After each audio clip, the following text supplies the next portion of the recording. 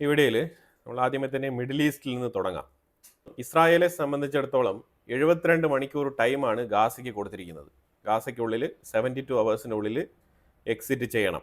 അപ്പോൾ അതിന് 2 കോറിഡോറാണ് അതിന് ഓപ്പൺ ചെയ്ത് കൊടുത്തിരുന്നത്. ഒന്ന് റാഷിദ് കോറിഡോർ. ഇപ്പോൾ ഈ റാഷിദ് കോറിഡോർ ത്രൂ ആണ് ഇപ്പം ഇവാക്യുവേഷൻ നടന്നുകൊണ്ടിരിക്കുന്നത്. മറ്റുള്ള എല്ലാ മേഖലകളിലും അടച്ചു പൂട്ടിയിരിക്കുകയാണ്. അപ്പോൾ ആ വൺ വേ ആണ് ഇപ്പം ഇവാക്യുവേഷൻ നടന്നുകൊണ്ടിരിക്കുന്നത്. ഗാസയ്ക്കുള്ളിൽ തകൃതിയായിട്ടുള്ള ആക്രമണങ്ങളാണ് നടക്കുന്നത്. 70-ലേറെ പേര് ഇന്നലെ കൊല്ലപ്പെട്ടു എന്നുള്ള വാർത്തയൊക്കെ വന്നിട്ടുണ്ട്. അപ്പോൾ ഇതിനകത്ത് ഈ ഹോസ്റ്റേജസ് റിസ്ക് അതുമായിട്ട് ബന്ധപ്പെട്ടുള്ള ചോദ്യങ്ങൾ ട്രംപിൻ്റെ അടുത്ത് ചോദിക്കുന്നുണ്ട്. അപ്പോൾ അതിൽ പുള്ളിക്കാരൻ പറഞ്ഞു വെക്കുന്നത് ഹോസ്റ്റേജസ് ഒരുപക്ഷെ ഈ കഠിനമായ ആക്രമണത്തിൽ അവർ സ്വമേധയാ തന്നെ ഹമാസ് അവരെ രക്ഷപ്പെടുത്തി വിട്ടേക്കാം എന്നൊക്കെയുള്ള സ്പെക്കുലേഷൻസ് ഒക്കെയാണ് പറയുന്നത് ട്രംപ്. അതിലുപരിയായിട്ട് കൺഫേം ആയിട്ട് ഈ ബന്ദികളെ മോചിപ്പിക്കുന്നതുമായിട്ട് ബന്ധപ്പെട്ടുള്ള യാതൊരു ശ്രമങ്ങളും ഇപ്പം നടക്കുന്നില്ല എന്നാണ് മനസ്സിലാക്കാൻ പറ്റുന്നത്. അതായത് നമ്മൾ കഴിഞ്ഞ മിഡിൽ ഈസ്റ്റ് അപ്ഡേറ്റിൽ പറഞ്ഞതുപോലെ തന്നെ ഇസ്രായേലിൻ്റെ ബന്ദികളെ അവരുടെ ആ ഒരു സോൾജേഴ്സിൻ്റെ ലിസ്റ്റിൽ തന്നെ പെടുത്തിക്കൊണ്ട് യുദ്ധം മുന്നോട്ട് കൊണ്ടുപോകുന്ന സാഹചര്യമാണ് കാണുന്നത്. ഇസ്രായേൽ ആണെങ്കിൽ ഇന്നലെ രാത്രി മുഴുവനും ഗാസയ്ക്കുള്ളിൽ തകർത്ത് വെച്ചുള്ള ആക്രമണങ്ങളാണ്. ശരിക്കും മാസീവായിട്ടുള്ള ഗ്രൗണ്ട് ഫോഴ്സ് ഗാസയ്ക്കുള്ളിൽ കടന്നു വരികയാണ്. അതായത് ഈ ഇവാക്യുവേഷൻ ചെയ്യാതെ അവിടെ പിടിച്ചു പറ്റിയിരിക്കാൻ ശ്രമിക്കുന്ന ആൾക്കാരുണ്ടല്ലോ, അവരെ സംബന്ധിച്ചിടത്തോളം ഭീതിപ്പെടുത്തുന്ന അന്തരീക്ഷമാണ് ഗാസയ്ക്കുള്ളിൽ. കാരണം മാസീവായിട്ടുള്ള ഒരു ബറ്റാലിയൻ, അതായത് മാസീവായിട്ടുള്ള IDFൻ്റെ ഫോഴ്സ് ഗ്രൗണ്ട് ഫോഴ്സാണ് വരുന്നത്. അപ്പോൾ അതിനെ ഇവരെങ്ങനെ നേരിടും? ഹമാസിൻ്റെ നേതാക്കൾക്ക് ഇപ്പോൾ വേറെ ഒരു രീതിയിലുള്ള ഇമ്മ്യൂണിറ്റിയും ഇപ്പോൾ ഇല്ല. അപ്പോൾ അതുകൊണ്ട് അവർ ഉദ്ദേശിക്കുന്നത് പറഞ്ഞാൽ ഇപ്പോഴും ഈ ബന്ദികളെ വെച്ചുകൊണ്ട് തന്നെയാണ് ഇവർ സ്റ്റേറ്റ്മെൻറ്റ് പുറത്തിറക്കുന്നത്. അപ്പോൾ അവർ പറഞ്ഞിരിക്കുന്നത് ഈ ബന്ദികൾ നിങ്ങളുടെ ആക്രമണത്തിൽ ഒരു പക്ഷേ കൊല്ലപ്പെട്ടേക്കാം. അത് അറിഞ്ഞുകൊണ്ട് തന്നെയാണ് ഇസ്രായേൽ ഈ ഒരു പ്രവൃത്തിയിലേക്ക് ഇറങ്ങിയിരിക്കുന്നത് എന്നും കൂടി ഈ നേതാക്കൾ മനസ്സിലാക്കുന്നില്ല എന്നുള്ളതാണ് ഇതിനകത്ത് ഏറ്റവും വലിയ ഒരു ചോദ്യചിഹ്നം. കാരണം അവർക്കറിയാം ഓൾറെഡി ഈ ബന്ദികളെ ഇവിടെ എവിടെയെങ്കിലൊക്കെ അവർ ട്രാപ്പ് ചെയ്ത് വെച്ചിട്ടുണ്ടാവും എന്നുള്ളത്. അപ്പോൾ അതിന് തയ്യാറായിട്ട് തന്നെയാണ് ഇസ്രായേൽ ഒരു ഗ്രൗണ്ട് ഫോഴ്സുമായിട്ട് മുന്നോട്ട് ഇറങ്ങിയിരിക്കുന്നത്. ഇതിന് പ്രത്യേകിച്ച് ഇതിൻ്റെ കാരണം എന്ന് പറഞ്ഞാൽ ഈ മാസത്തിൻ്റെ എൻഡിൽ UN ജനറൽ അസംബ്ലി നടക്കും. UN ജനറൽ അസംബ്ലിക്ക് പാലസ്തീനിയൻ അതോറിറ്റിയുടെ നേതാവായിട്ടുള്ള മെഹ്മൂദ് അബ്ബാസിന് വിസ അമേരിക്ക ക്യാൻസൽ ചെയ്തിട്ടുണ്ട്. അപ്പോൾ ഇത് എന്തുകൊണ്ടാണ് ക്യാൻസൽ ചെയ്തതെന്ന് പറഞ്ഞാൽ പുള്ളി UN ജനറൽ അസംബ്ലിയിൽ വന്നിട്ട് റെപ്രസെൻറ്റ് ചെയ്യേണ്ട. അതുപോലെ മാർക്കോ റൂബിയോ US-ൻ്റെ സ്റ്റേറ്റ് സെക്രട്ടറി, പുള്ളി പറഞ്ഞു വെക്കുന്നത് ഈ പാലസ്തീനിയൻ ലീഡറായിട്ടുള്ള മെഹ്മൂദ് അബ്ബാസ് അമേരിക്കയെക്കുറിച്ച് പലപ്പോഴും തെറ്റിദ്ധാരണകൾ വരുത്തിയിട്ടുണ്ട്. അമേരിക്കയ്ക്കെതിരെ പലപ്പോഴും സ്റ്റേറ്റ്മെൻറ്റുകൾ പുറപ്പെടുവിച്ചിട്ടുണ്ട്. അപ്പോൾ അതുകൊണ്ട് നിലവിലെ അമേരിക്കയുടെ ഉള്ളിലുള്ള വിസ റിവോക്കേഷൻ പോളിസി ഉണ്ട്. ആ വിസ റിവോക്കേഷൻ പോളിസി എന്ന് പറഞ്ഞാൽ ഇതേപോലെ അമേരിക്കയ്ക്കെതിരെ സോഷ്യൽ മീഡിയയിൽ എന്തെങ്കിലുമൊക്കെ പ്രസ്താവനകൾ പുറപ്പെടുവിച്ചിട്ടുള്ള ആൾക്കാരുണ്ടെങ്കിൽ അവരുടെ വിസ റിവോക്ക് ചെയ്യുമെന്ന് തന്നെയാണ് ആ പോളിസി. അപ്പോൾ അതിൻ്റെ ബേസിസിലാണ് ഈ മെഹ്മൂദ് അബ്ബാസിൻ്റെ വിസ റിവോക്ക് ചെയ്തതായിട്ടാണ് അമേരിക്ക പറയുന്നത്. ഇത് UN ചൊടിപ്പിച്ചിട്ടുണ്ട്. അപ്പോൾ UN ഇപ്പോൾ എന്താണ് ചെയ്യുന്നത് പറഞ്ഞാൽ, ശരി എന്നാൽ പിന്നെ ഡയറക്റ്റ് ആയിട്ട് വരാൻ പറ്റത്തില്ല എന്നുണ്ടെങ്കിൽ അവർ UN ആദ്യമേ കുറേ പ്രഷർ അപ്ലൈ ചെയ്ത് നോക്കി. പക്ഷേ അമേരിക്ക ഒരിക്കലും വഴങ്ങുന്നില്ല എന്ന് പറഞ്ഞാൽ ഈ ഇസ്രായേലിൻ്റെ അടുത്ത് ഗാസയിലുള്ള ഓപ്പറേഷൻസ് വളരെ സ്പീഡപ്പ് ചെയ്യാൻ പറഞ്ഞിട്ടുണ്ട്. അതായത് ഈ ജനറൽ അസംബ്ലിക്ക് മുമ്പ് ഏകദേശം ഗാസയെക്കുറിച്ചൊരു തീരുമാനമാവണം, അതാണ് ഉദ്ദേശിക്കുന്നത്. അല്ലാതെ ജനറൽ അസംബ്ലിയിൽ കൊണ്ടുവന്ന് ചർച്ച നടത്തി പിന്നെ വീണ്ടും അമേരിക്ക വീറ്റോ ചെയ്ത് മുന്നോട്ട് പോകാൻ താല്പര്യമില്ല. അപ്പോൾ അതിന് മുന്നേ തന്നെ എന്തെങ്കിലുമൊക്കെ ഒരു കൺക്ലൂഷനിൽ എത്താൻ വേണ്ടിയിട്ട് നല്ല രീതിയിലുള്ള പ്രഷർ അമേരിക്കയുടെ സൈഡിൽ നിന്ന് ഇസ്രായേലിൻ്റെ മേളിൽ നല്ല പ്രഷറുണ്ട്. അപ്പോൾ ഇസ്രായേലിന് വേണ്ടത് തന്നെയാണ്. അപ്പോൾ ഈ ഒരു ടൈം ലൈൻ, ഈ ഒരു ഷോർട്ട് പീരീഡ് കണക്കാക്കിയാണ് തകൃതിയായിട്ടുള്ള ആക്രമണങ്ങൾ ഗാസയ്ക്കുള്ളിൽ നടക്കുന്നത്. ഇതുവരെ ശരിക്കും സെൻട്രൽ ഗാസ, നോർത്തേൺ ഗാസ ആ ഒരു മേഖലയിൽ നിന്നും 4,80,000 പേര് ഇതുവരെ പലായനം ചെയ്തിട്ടുണ്ട്.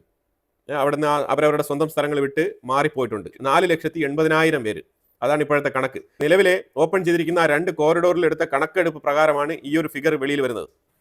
അപ്പോൾ അതുകൊണ്ട് യുണൈറ്റഡ് നേഷൻസ് ഇപ്പോൾ ഒരു ബദൽ പ്ലാൻ അറേഞ്ച് ചെയ്യാണ്. ആ ബദൽ പ്ലാൻ എന്ന് പറഞ്ഞാൽ പാലസ്തീനിയൻ അതോറിറ്റിയുടെ ലീഡറായിട്ടുള്ള മെഹ്മൂദ് അബ്ബാസ് വീഡിയോ കോൺഫറൻസ് വഴി ഈ ജനറൽ അസംബ്ലിയെ അഡ്രസ്സ് ചെയ്യും. അതാണ് ഇപ്പം UN ജനറൽ അസംബ്ലി എടുത്തിരിക്കുന്ന തീരുമാനം.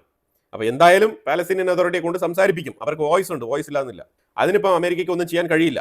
അതുപോലെ സൗദി അറേബ്യ, ഫ്രാൻസ്, നോർവേ ഈ രാജ്യങ്ങളൊക്കെ ചേർന്നിട്ട് ഫണ്ട് സ്വരൂപിക്കുകയാണ്. എന്തിനാണെന്ന് പറഞ്ഞാൽ പാലസ്തീനിയൻ സ്റ്റേറ്റ് പൂർവ്വസ്ഥിതിയിലാക്കാൻ വേണ്ടിയിട്ടുള്ള ഫണ്ട് സമാഹരണമാണ് അവർ നടത്തുന്നത്. അതായത് പാലസ്തീനിയൻ സ്റ്റേറ്റ് തന്നെ ഇല്ല എന്നുള്ള സാഹചര്യത്തിൽ മുന്നോട്ട് പോകുമ്പോൾ ഇങ്ങനെ ഫണ്ട് സമാഹരണം നടത്തി ഇവരെന്ത് ചെയ്യാനാണെന്നാണ് മനസ്സിലാക്കാത്തത്. ബ്ലൂ പ്രിന്റ് ഒന്നുമില്ല, ജസ്റ്റ് ഫണ്ട് സമാഹരിക്കുകയാണ്. അതുപോലെ തന്നെ ട്രംപ് അഡ്മിനിസ്ട്രേഷൻ ഹാർവേഡ് സ്കൂളിൽ, അമേരിക്കയിൽ യൂണിവേഴ്സിറ്റിയാണ്, ഫെഡറൽ ഫണ്ട് ഈ ഹാർവേഡ് സ്കൂളിന് കൊടുക്കാനുള്ള ഫെഡറൽ ഫണ്ട് നിർത്തിവെച്ചിരിക്കുകയാണ്. ഇതിന് കാരണം വേറെ ഒന്നുമില്ല, ഖത്തർ പോലത്തെ രാജ്യങ്ങളിൽ നിന്നുള്ള ഫണ്ടിങ്. അത് മാത്രമല്ല ഡയറക്റ്റ് ഫണ്ടിങ് അല്ല, ഇൻഡയറക്റ്റ് ഫണ്ടിങ് ഉണ്ട്. അപ്പോൾ അത് കണ്ടെത്തിയതിൻ്റെ പേരിലാണ് ഈ ഹാർവേഡ് സ്കൂളിൻ്റെ ഈ ഒരു ഫെഡറൽ ഫണ്ട് നിർത്തിവെച്ചിരിക്കുന്നത്. അത് ഇപ്പോഴും തുടരുകയാണ്. ഒരുപാട് ബന്ദികൾ ഈ ടണലിൻ്റെ ഉള്ളിൽ തന്നെ ഇരുന്ന് ബുദ്ധിമുട്ട് അനുഭവിച്ച്, സഫോക്കേഷൻ അനുഭവിച്ച് കൊല്ലപ്പെട്ടതായിട്ട് ട്രംപ് തന്നെ പറയുന്നുണ്ട്. അതായത് കുറച്ച് ചെറുപ്പക്കാരായിട്ടുള്ള ആൾക്കാർ കുറച്ചൊക്കെ സർവൈവ് ചെയ്ത് പിടിച്ചു നിന്നു എന്നതിലുപരി ബാക്കിയുള്ള മെജോറിറ്റി ആൾക്കാർ കൊല്ലപ്പെട്ടു എന്ന് തന്നെയാണ് പറയുന്നത്. പാകിസ്ഥാൻ ആണെങ്കിൽ ഈ ന്യൂക്ലിയർ ആയുധം വെച്ചുകൊണ്ടുള്ള കളിയാണ് ഇപ്പോൾ കളിക്കുന്നത്. അപ്പോൾ അവർ ഈ സൗദിയുമായിട്ട് പാകിസ്ഥാൻ നടത്തിയ ഈ ഒരു എഗ്രിമെൻറ്റ്, ഡിഫൻസ് പാക്ട് എഗ്രിമെൻറ്റ്, അപ്പോൾ ഈ ഡിഫൻസ് പാക്ട് സൈൻ ചെയ്ത ഉടനെ പാകിസ്ഥാന്റെ ഡിഫൻസ് മിനിസ്റ്റർ ഖ്വാജ ആസിഫ് പറഞ്ഞിരിക്കുന്നത് അത് പാകിസ്ഥാന്റെ വാതിലുകൾ തുറന്നു വെച്ചിരിക്കുകയാണ്. എന്തിനു വേണ്ടിയിട്ടാണ്? കൂടുതൽ അറബ് രാജ്യങ്ങളുമായിട്ട് ഇതേപോലത്തെ ഡിഫൻസ് സഹകരണ കരാറിൽ ഏർപ്പെടാൻ. അപ്പോൾ കൂടുതൽ അറബ് രാജ്യങ്ങൾക്ക് വേണമെങ്കിൽ ന്യൂക്ലിയർ അംബർല കൊടുക്കാൻ തയ്യാറാണ്. അതായത് ന്യൂക്ലിയർ പ്രൊട്ടക്ഷൻ എന്നുള്ള രീതിയിലുള്ള ഒരു അംബർലയ്ക്ക് കീഴിൽ കൊണ്ടുവരാൻ തയ്യാറാണ്. ബാക്കിയുള്ള അറബ് രാജ്യങ്ങളും കൂടി സമ്മതിച്ചാൽ പാകിസ്ഥാനുമായിട്ട് അവർക്ക് ഡിഫൻസ് പാക്ട് സൈൻ ചെയ്യാമെന്നാണ് പറഞ്ഞിരിക്കുന്നത്. ഇതിലൊരു കാര്യം മനസ്സിലാക്കേണ്ടതുണ്ട്. അമേരിക്കൻ ബേസ് ശരിക്കും തൊട്ടടുത്ത് ഖത്തറിലുണ്ട്. ഏറ്റവും വലിയൊരു ബേസ് ആണ്. അമേരിക്കൻ ബേസിലുള്ള വിശ്വാസം നഷ്ടപ്പെട്ട് പാകിസ്ഥാന്റെ ഡിഫൻസിലേക്ക് പോയി ചേക്കേറിയിരിക്കുകയാണ്. അതാണ് ഇപ്പോൾ മനസ്സിലാക്കാൻ പറ്റുന്നത്. പാകിസ്ഥാന്റെ ഡിഫൻസും കൺട്രോൾ ചെയ്യുന്നത് അമേരിക്കയാണെന്ന് ചോദിച്ചാൽ ഇല്ല, ഫുൾ ആൻഡ് ഫുൾ അമേരിക്കയല്ല. ഇന്നത്തെ സ്ഥിതിഗതികൾ വെച്ച് വിലയിരുത്തി കഴിഞ്ഞാൽ പാകിസ്ഥാന്റെ ഡിഫൻസിൽ ഏറ്റവും കൂടുതൽ ഇമ്പോർട്ടൻസ് ഉള്ളത് ചൈനയ്ക്കാണ്, 80%. ബാക്കിയുള്ള ഒരു 20% മാത്രമാണ് അമേരിക്കയുടെ ഇൻവോൾവ്മെന്റ് ഉള്ളത്. പക്ഷെ അമേരിക്ക ഇപ്പോൾ ശ്രമിക്കുന്നത് എന്തിനാണ്? അമേരിക്കയ്ക്ക് അഫ്ഗാനിസ്ഥാനിൽ ഒരു ബേസ് വേണം. ആ ബേസിന് വേണ്ടിയിട്ടാണ് അമേരിക്ക ശ്രമിക്കുന്നത്. അതിനെക്കുറിച്ചുള്ള വീഡിയോ ഞാൻ ചബഹാർ പോർട്ടിന്റെ ആ ഒരു സാങ്ഷൻസുമായിട്ട് ബന്ധപ്പെട്ടുള്ള വിഷയം ചെയ്യുമ്പോഴത്തേക്കും അതിൽ ഞാൻ ആഡ് ചെയ്യാം. കാരണം ഒരു പുതിയ റൂട്ട് ചൈനയും റഷ്യയും കൂടി ചേർന്ന് പ്ലാൻ ചെയ്യുന്നുണ്ട്. ആ റൂട്ടിലേക്ക് ഇന്ത്യ ജോയിൻ ചെയ്യാനുള്ള സാധ്യത വളരെ കൂടുതലാണ്. അമേരിക്കയുടെ ഈ നിലപാടുകൾ ഇന്ത്യയെ ഏറ്റവും കൂടുതൽ മറ്റൊരു ചേരിയിലേക്ക് അടുപ്പിക്കാനുള്ള സാഹചര്യം വളരെ വളരെ കൂടുതലാണ്. കാരണം ഇന്ത്യക്ക് സെൻട്രൽ ഏഷ്യ ഭാഗത്തും യൂറോപ്യൻ ഭാഗത്തും റഷ്യയുമായിട്ടൊക്കെ ഡീൽ ചെയ്യാനുള്ള വലിയൊരു ട്രേഡ് പോയിന്റാണ് ചബഹാർ പോർട്ട്. അത് അമേരിക്ക ഒരു സാങ്ഷൻ ഇട്ട് കഴിഞ്ഞാൽ ഇന്ത്യ അത് നിർത്തുമോ? ഇതിനെക്കുറിച്ചൊക്കെ വിശദമായിട്ട് നമുക്ക് നോക്കാം. അപ്പോൾ തൽക്കാലം ഈ മിഡിൽ ഈസ്റ്റ് ഭാഗത്ത് നമ്മൾ നോക്കിക്കഴിഞ്ഞാൽ കുറച്ചുകൂടെ ഇമ്പോർട്ടൻ്റ് ആയിട്ടുള്ള വാർത്തകളുണ്ട്. അതും കൂടി പറഞ്ഞിട്ട് ഞാൻ ഈ വീഡിയോ അവസാനിപ്പിക്കാം. ഇസ്രായേലിന്റെ ഗ്രൗണ്ട് ഓപ്പറേഷൻ തകൃതിയായിട്ട് ഗാസയ്ക്കുള്ളിൽ മുന്നേറുന്ന സാഹചര്യത്തിൽ കംപ്ലീറ്റ് ബ്ലാക്ക് ഔട്ട് ആണ് ഗാസയിൽ പ്രഖ്യാപിച്ചിരിക്കുന്നത്. ഒരു രീതിയിലുള്ള ഇൻഫർമേഷൻസും ലീക്ക് ഔട്ട് ആവാത്ത രീതിയിലാണ് കാര്യങ്ങൾ മുന്നോട്ട് നീക്കുന്നത്. എന്നാലും തീർച്ചയായിട്ടും മൊസാദ് അവരുടെ പബ്ലിക്കേഷൻസിൽ ചെറിയ ചെറിയ വീഡിയോകളൊക്കെ പുറത്തിറക്കുന്നുണ്ട്. എയർ സ്ട്രൈക്ക് ചെയ്യുന്നതൊക്കെ തീർച്ചയായിട്ടും പുറത്ത് വരുന്നുണ്ട് വീഡിയോസ്. ടിക്ടോക്ക് ത്രൂ ഗാസൻസ് ആയിട്ടുള്ള യങ്സ്റ്റേഴ്സ് അവിടെ നിന്ന് ശരിക്കും വീഡിയോസ് ഒക്കെ എടുത്ത് അപ്ലോഡ് ചെയ്യുന്നുണ്ട്. പക്ഷേ ഇപ്പോൾ നിലവിൽ ബ്ലാക്ക് ഔട്ട് പ്രഖ്യാപിച്ചിരിക്കുന്ന സാഹചര്യത്തിൽ പോർഷനായിട്ട് അവിടെ ഇന്റർനെറ്റും കാര്യങ്ങളൊക്കെ കട്ട് ചെയ്ത് കൊണ്ടുവരുന്ന സാഹചര്യമാണ് ഇപ്പം നിലനിൽക്കുന്നത്. അപ്പോൾ അതുകൊണ്ട് വൈകാതെ തന്നെ ഒരു 2 to 3 ഡേയ്സിൽ ഇന്റർനെറ്റും കാര്യങ്ങളെല്ലാം അവിടെ ഫുൾ ഷട്ട് ഡൗൺ ചെയ്യപ്പെടുന്നതാണ് മനസ്സിലാക്കാൻ പറ്റുന്നത്. ഇറാഖിന്റെ ഉള്ളിൽ തുർക്ക്മാൻ എന്ന് പറഞ്ഞൊരു ഗ്യാസ് കമ്പനി ഉണ്ട്, ഓയിൽ കമ്പനി, എണ്ണ വിൽപ്പന നടത്തുന്ന കമ്പനി. ആ കമ്പനിയിൽ നിന്നും ഇറാനിലോട്ട് എണ്ണ സപ്ലൈ നടത്തിയിട്ടുണ്ട്. അതായത് ഇറാൻ ശരിക്കും പറഞ്ഞാൽ എനർജി ഷോർട്ടേജ് തകൃതിയായിട്ട് ഫേസ് ചെയ്തുകൊണ്ടിരുന്ന ഒരു കാലഘട്ടമാണ് കഴിഞ്ഞ 1-2 മാസങ്ങൾ. അപ്പോൾ ആ മാസങ്ങളിലൊക്കെ ഈ ഒരു തുർക്ക്മാൻ എന്ന് പറഞ്ഞ ഈ ഒരു കമ്പനിയിൽ നിന്നാണ് ഓയിൽ ഇറാൻ വാങ്ങിയിട്ടുണ്ട്. അപ്പോൾ ആ ഒരു എണ്ണ കൊടുക്കരുത് എന്ന് പറഞ്ഞുകൊണ്ട് ഇപ്പം അമേരിക്ക ഈ തുർക്ക്മാൻ കമ്പനിക്ക് ഒരു നോട്ടീസ് കൊടുത്തിരിക്കുകയാണ്. ഇറ്റ് മീൻസ് ഇറാനിലേക്ക് സപ്ലൈ നടത്തരുത് എന്നാണ് പറഞ്ഞിരിക്കുന്നത്. അമേരിക്ക കുറെ നാൾ കൊണ്ട് ഇറാന്റെ മേളിൽ വെച്ചിരിക്കുന്ന സാങ്ഷൻസ്, ആ സാങ്ഷൻസ് റിലീഫ് ചെയ്യാൻ വേണ്ടിയിട്ട് യുണൈറ്റഡ് നേഷൻസിൽ ഒരു റെസൊല്യൂഷൻ അവതരിപ്പിക്കപ്പെട്ടു. അങ്ങനെ അവതരിപ്പിക്കുന്ന സമയത്ത് മെജോറിറ്റി രാജ്യങ്ങൾ, 9 രാജ്യങ്ങൾ, UK, അമേരിക്ക, ഫ്രാൻസ്, ജർമ്മനി, ഇതുപോലെയുള്ള മേജർ രാജ്യങ്ങളെല്ലാം തന്നെയും ഈ സാങ്ഷനെ അനുകൂലിച്ചു. അതുപോലെ തന്നെ കുറച്ച് രാജ്യങ്ങളൊക്കെ ഈ സാങ്ഷൻ എടുത്ത് മാറ്റണം എന്ന് തന്നെയാണ് പറഞ്ഞിരുന്നത്. ആ സാഹചര്യത്തിൽ അമേരിക്ക ഇതിനെ വീറ്റോ ചെയ്ത് തള്ളുകയും അതോടൊപ്പം ഈ സാങ്ഷൻസ് നിലനിൽക്കുന്ന സാഹചര്യമാണ് ഇപ്പം നിലവിലുള്ളത്. അതായത് UN-ലും രക്ഷയില്ലാതായിരിക്കുകയാണ് ഇറാൻ. വെനിസ്വല ഒരു large scale of military exercise conduct ചെയ്തിട്ടുണ്ട്.